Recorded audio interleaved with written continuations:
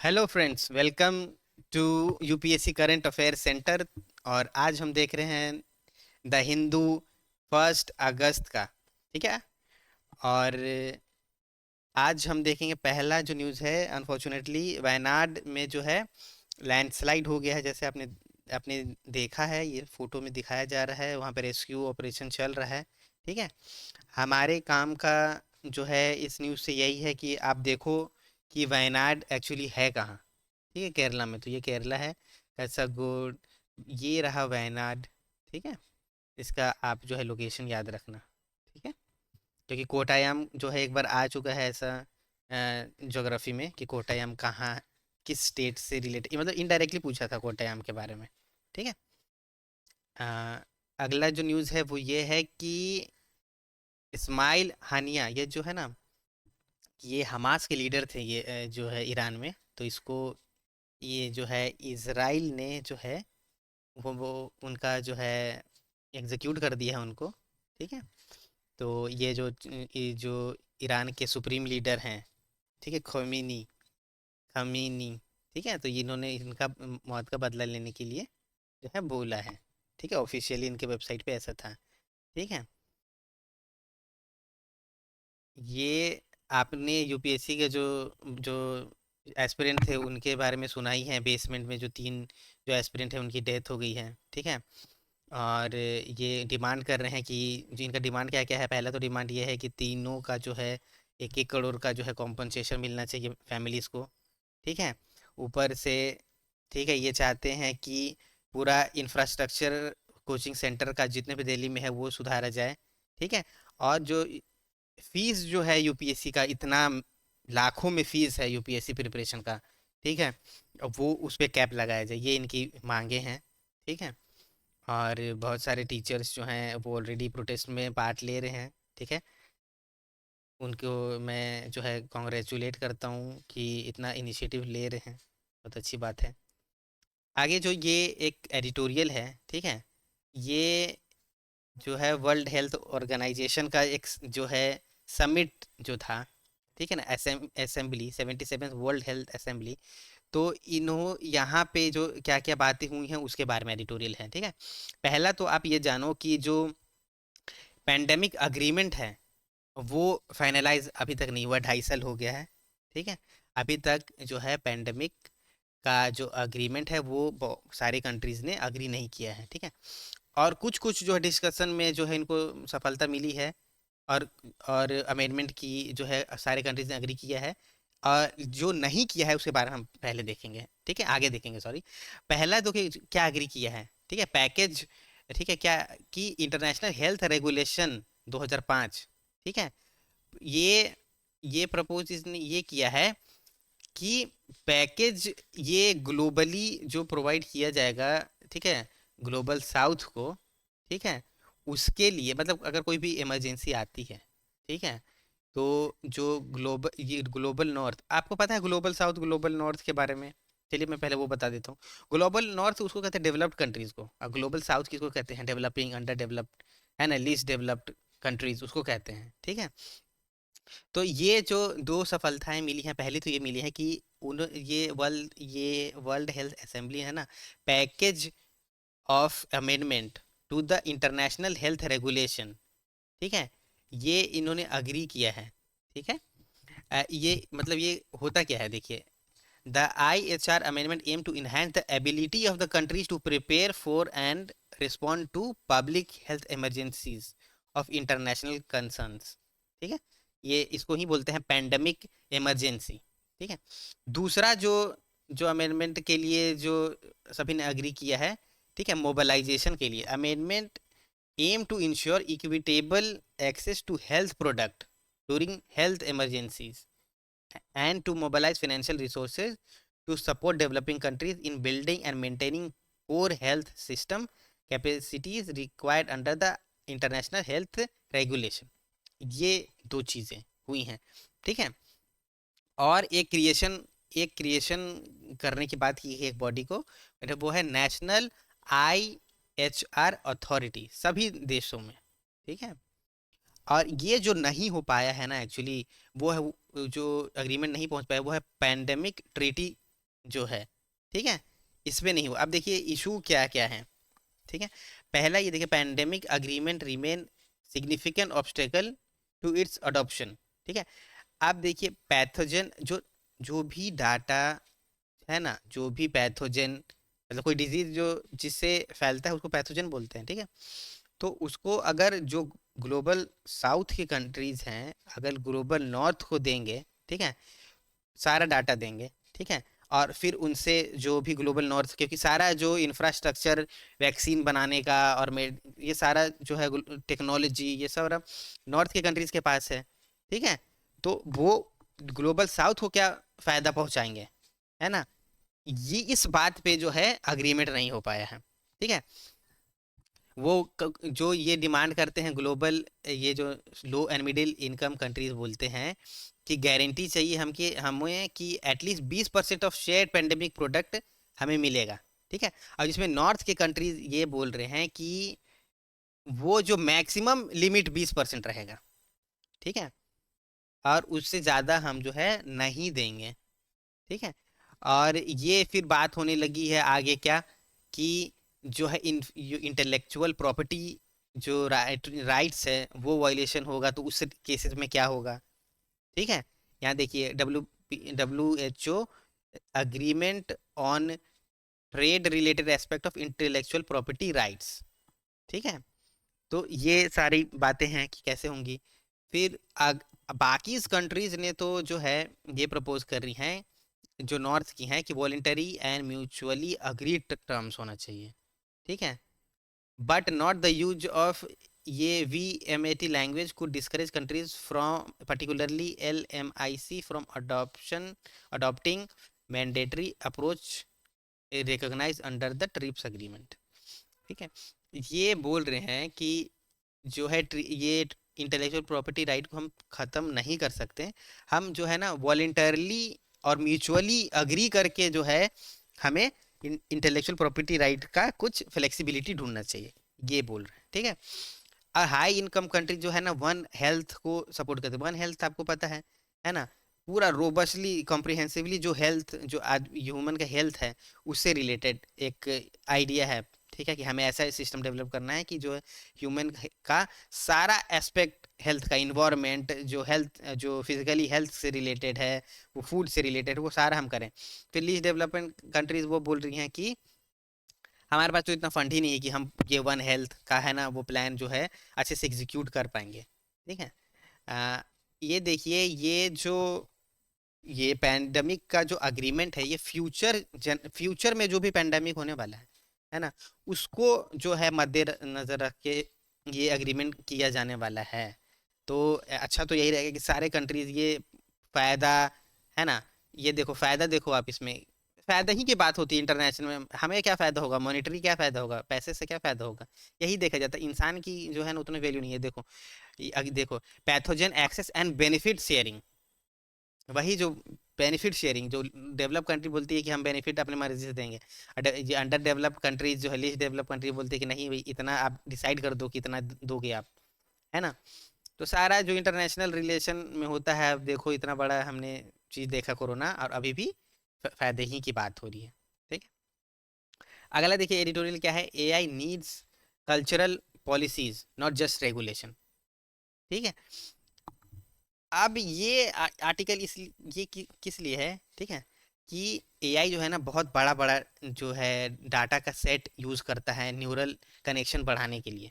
Neural connection ये देखो, जैसे ह्यूमन कोई भी डिसीजन लेते हैं तो कितना जो न्यूरॉन होगा वो फायर होता होगा डिसीजन एक लेने में, एंड आपने एक चुटकी बजाई, कितना न्यूरॉन का जो है इसमें ट्रिलियंस बिलियंस ऑफ न्यूरॉन ने ये एक्शन लेने में मदद की होगी, है ना। तो ये AI के न्यूरल कनेक्शन ह्यूमन की तरह ही, जैसे ह्यूमन ब्रेन होता है वैसा ही डिसीजन लेता है। देखिए a series of algorithm that endeavor to recognise underlying relationship in a set of data, हाँ, set of data through a process that mimics the way the human brain operates, ठीक है। तो यही बोलते हैं, ये बोल रहे हैं कि पूरा जो डाटा है सेट है, ठीक है, उसका हमें कितना फ़ायदा होगा, कैसे करना चाहिए। अभी तक बहुत सारा डाटा जो है डिजिटली नहीं है। देखिए जैसे एग्जांपल, द स्टे ये बात कर रहे हैं, कहाँ की बात कर रहे हैं, इटली की। कंसीडर इटली, ठीक है। The state archive of this nation along harbour no less than 150 kilometre of self documents, है ना। पर वो जो है इतना जो बुक्स में है, ठीक है। तो जो एआई के अगर ये डाटा सेट रहता वो लर्न कर लेता, इससे होता कि बहुत सारे स्टार्टअप्स को फ़ायदा होता, इंफॉर्मेशन गैदर करने के लिए फ़ायदा होता है ना। ये आर्टिकल इसी के बारे में। डाटा सेट बढ़ाओ ताकि जो है इतना जो अपॉर्चुनिटी है एआई का, जो सीख सकता है इतने बड़े बड़े डाटा सेट से, तो वो कर सके, ठीक है। अगला देखिए, on discarding the indexation of long term capital gains, ठीक है। लॉन्ग टर्म कैपिटल गेन्स देखिए, ये एसेट्स जो है, ठीक है, कौन कौन से एसेट्स हैं, शेयर्स हो गया या फिजिकल एसेट, घर भी है वो भी एसेट है। लॉन्ग टर्म में आप जैसे एक ज़मीन खरीदते हो, ठीक है। एग्जाम्पल इन्होंने ये बोला है, ठीक है। यहाँ देखो इंडेक्सेशन क्या होता है, ये इन्फ्लेशन को जो है बैलेंस करता है। मान लीजिए दो, ये एग्जाम्पल ये दे रहा है, ठीक है। एग्जाम्पल ये देखो, 2001 में 10 लाख का घर खरीदा आपने, ठीक है।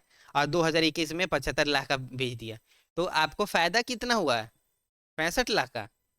65 लाख का फायदा हुआ है? जी नहीं, ठीक है। उस समय इन्फ्लेशन कुछ और चल रहा था और 2021 में इन्फ्लेशन कुछ और चल रहा है, तो आप बैलेंस करोगे ना, आप देखोगे।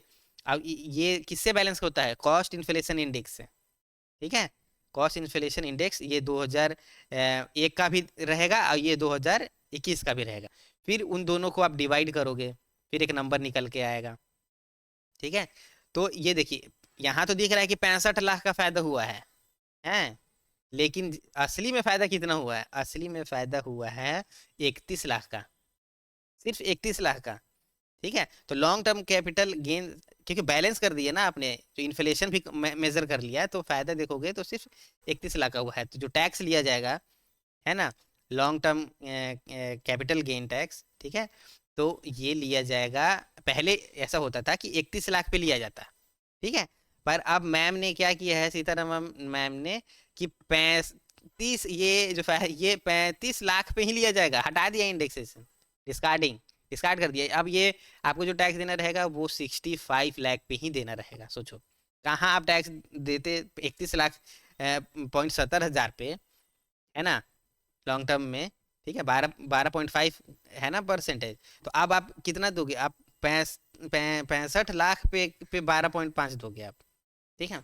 ये इशू है, ठीक है। अगला हमें न्यूज़ ये देखना है कि why have violent protest in Kenya continued. अब केनिया का जो है डेब्ट जो है ना $80 बिलियन का है, ठीक है। अब इतना सारे उन्होंने जो है ना ब्रेड पे, डिजिटल ट्रांजैक्शन पे, कुकिंग ऑयल पे, एक्सरसाइज ड्यूटी, दुनिया भर का टैक्स लगा दिया है, दुनिया भर का टैक्स लगा दिया है, ठीक है। और 50 लोगों से ज़्यादा की जान जा चुकी है, ठीक है। और ये इसलिए कर रहे हैं कि 2.7 बिलियन हमें टैक्स में जो आएगा, तो हम उससे अपना इंटरनेशनल डेब्ट जो है वो ख़त्म कर देंगे, जो कि 80 बिलियन का है, जो कि कितना है केनिया के जीडीपी का? 68%। और इंडिया का टैक्स टू जी, ये जो डेब्ट टू जीडीपी रेशियो कितना है? कितना परसेंट टैक्स टू जीडीपी है इंडिया का, आपको पता है? आप कमेंट करना। मैं आपको बता दूं तो 90% अप्रोक्स, ठीक है। सोचो, ये ये रहा केनिया, ठीक है। आप देख लो, सोमालिया, इथोपिया में ये लैंडस्लाइड हुआ है, ठीक है ना। और इथोपिया का इकोनॉमी भी है जैसा, है ना, वो भी अभी न्यूज़ में है, ठीक है। इन्होंने अपना ट्रेडिशनल करेंसी से ये चेंज कर रहे हैं। आईएमएफ ने इनको 1.3 बिलियन डॉलर्स का जो है एड किया है, ठीक है। केनिया देख लो, युगांडा देख लो, ये डीआरसी देखो, डीआरसी तो न्यूज़ में ही रहता है, अभी भी है, ठीक है। अगला न्यूज़ क्या है? SC to decide if state can take retrospective taxes on mines. आपने थोड़ा दिन पहले न्यूज़ आपने पढ़ा है, ठीक है, कि स्टेट्स जो पहले जो है, अगर माइंस होती है स्टेट्स में, तो स्टेट्स को अलाउड नहीं था कि रॉयल्टी आप ले सको या टैक्स ले सको। पर ये बहुत ही बड़ा फैसला, सुप्रीम कोर्ट ने कहा कि नहीं, ये गलत है, फेडरलिज्म के खिलाफ है ये। स्टेट का लैंड है, स्टेट्स का लैंड में माइंस है, तो वो क्यों नहीं ले सकती टैक्स, रॉयल्टी, ठीक है। तो सेंटर को बोला कि नहीं, आप उनको रोक नहीं सकते टैक्स लेने से। तो अब स्टेट्स भी टैक्स ले सकती है। अब बात आ गई कि अगर स्टेट टैक्स ले सकती है, तो क्या वो रेट्रोस्पेक्टिवली ले सकती हैं, मतलब पहले के टाइम से ले सकती हैं? रेट्रोस्पेक्टिव मतलब पहले के टाइम से, मतलब आज के पहले से। अगर मान लो कि मैं मतलब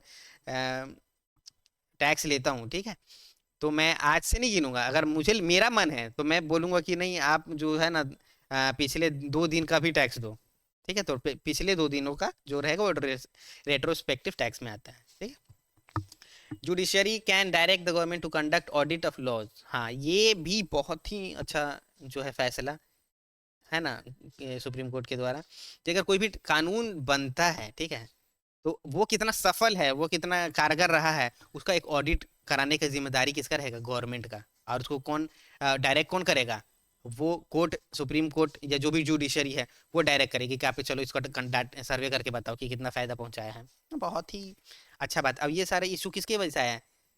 concerning the working of the Maharashtra slum area act, ये improvement clearance and redevelopment act 1971, इस पे आया है कि का एक्ट 1971 में है, पर स्लम अभी तक हटा नहीं। अब बहुत सारा जो है जमीन जबरदस्ती का जो स्लम हटाने में ले लिया, तो उनको रिहेबिलिटेट नहीं किया, कॉम्पनसेट नहीं किया, बहुत सारा इशू। तो ये बहुत ही अच्छा फैसला है। ये दो जो फैसले थे ना, ये बहुत ही अच्छे थे। Centre plan stricter norms for disability certificate activist for fresh hud. अब इनको ये सूझ रहा है, मतलब अच्छा ये है देखो, कि इन्होंने ये ड्राफ्ट लेके आए हैं कि हम ना सर्टिफिकेट बनाना मुश्किल कर देंगे। चेंजेस क्या करेंगे? Mandatory identity proof, medical authority involvement and a longer process. अब इसकी सारी की वजह से ये यूपीएससी के जो मैं ये मिसकंडक्ट की वजह से ऐसा हुआ है। आप देखो, आप क्या सोचते हो, है ना, ये क्या सही है? जितने लोग जो पहले ही से, अब ये यूपीएससी का एक और स्टेटमेंट देखो, हमारे पास अथॉरिटी नहीं है कि हम क्रेडिबिलिटी देख सके सर्टिफिकेट का यूपीएससी का। अच्छा भाई, तुम नहीं देख सकते यूपीएससी का ये क्रेडिबिलिटी सर्टिफिकेट का, ठीक है, तो मेडिकल एग्जामिनेशन करते हो तो उसमें नहीं दिखता है ये पर्सन जो है डिसेबल नहीं है, है?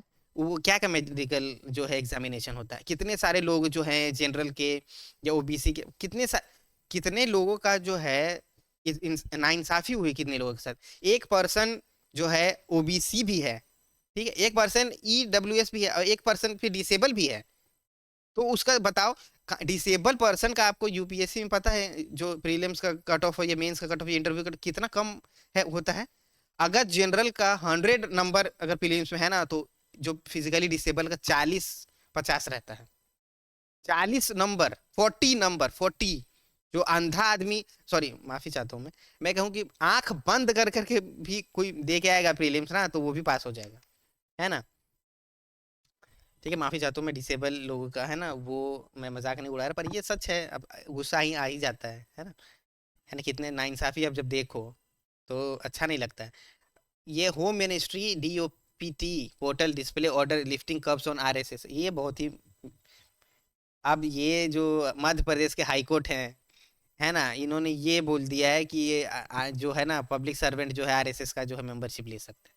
अब ये जब तक जो है चैलेंज नहीं करेंगे सुप्रीम कोर्ट में, ठीक है ना, अब तो वो अलग बात है। अब इन्होंने क्या किया है, यूनियन मिनिस्ट्री ऑफ डीओपीटी, ये देखो उन्होंने क्या किया है, अपने वेबसाइट पे ये जो है ऑर्डर वो शो कर रहे हैं, ठीक है, अपने वेबसाइट पे शो कर रहे हैं। अब आप देखो, एथिक्स पढ़ते हो, ठीक है, आपको क्या क्या आपका क्या ओपिनियन है, आप बताना, क्या सही है या सही नहीं है, ठीक है।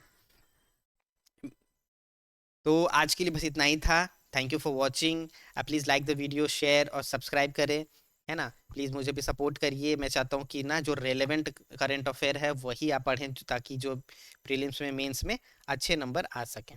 थैंक यू, मिलते हैं कल।